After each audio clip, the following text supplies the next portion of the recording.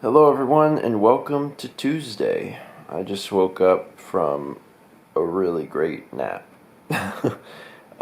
We haven't been getting adequate sleep lately, um, just because there's been a lot of stuff going on that we've had to stay up, for, and then I've gotten up early to deal with stuff, and haven't had the best sleep lately. So, last night we actually got enough sleep. We slept 8.5 hours. We got up today and we had lunch. We had a salad and we watched some TV or whatever. And then there was a thunderstorm rolling in during lunch. And while we were eating, it was just starting to rain, but the sky was like black. By the time we were done with lunch, we were both like, man, I am tired, and a nap sounds great. And normally I don't give in to those sorts of feelings. I'm like, no, let's just keep pushing forward and moving. But Matt was really tired, and honestly, I was actually really tired, and I was like, well, it does sound kind of nice.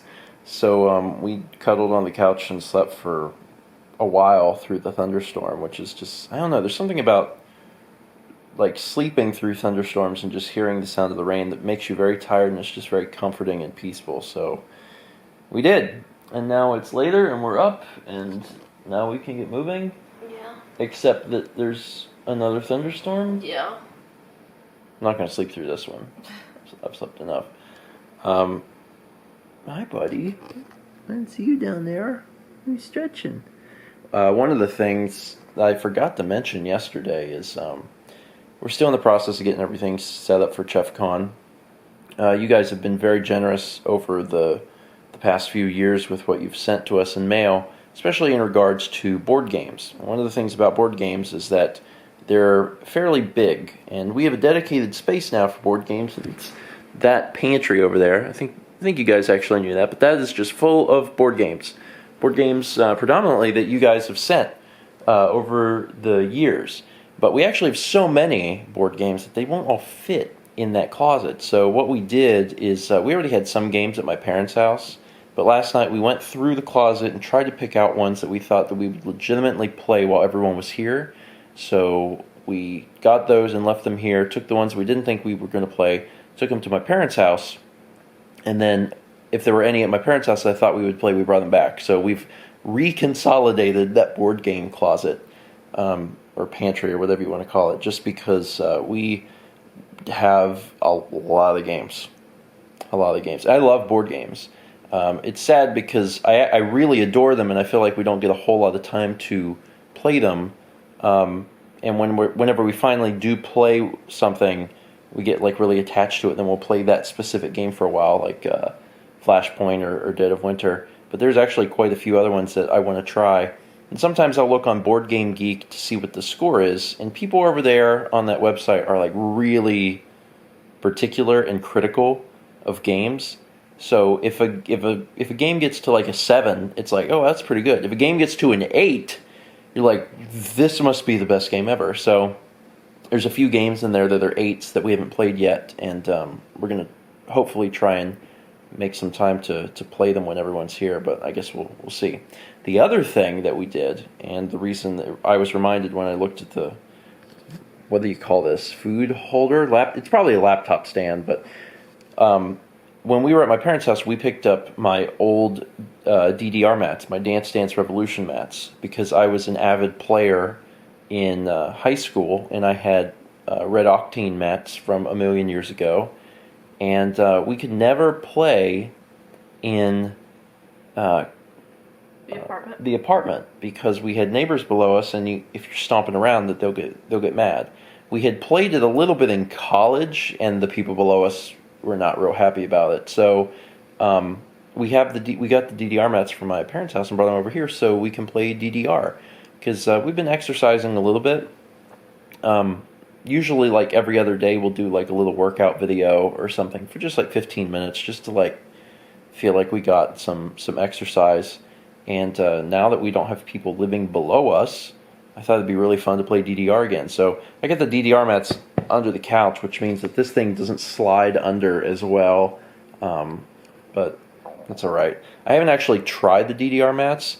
They're the red octane mats that only have two connections, PlayStation 2 and Xbox, which means I'm going to have to bring the PS2 out here, which is fine, but the PS2 doesn't have an HDMI connection, and one of the fallacies of this really nice but inexpensive 4K television was that the only inputs it had was HDMI.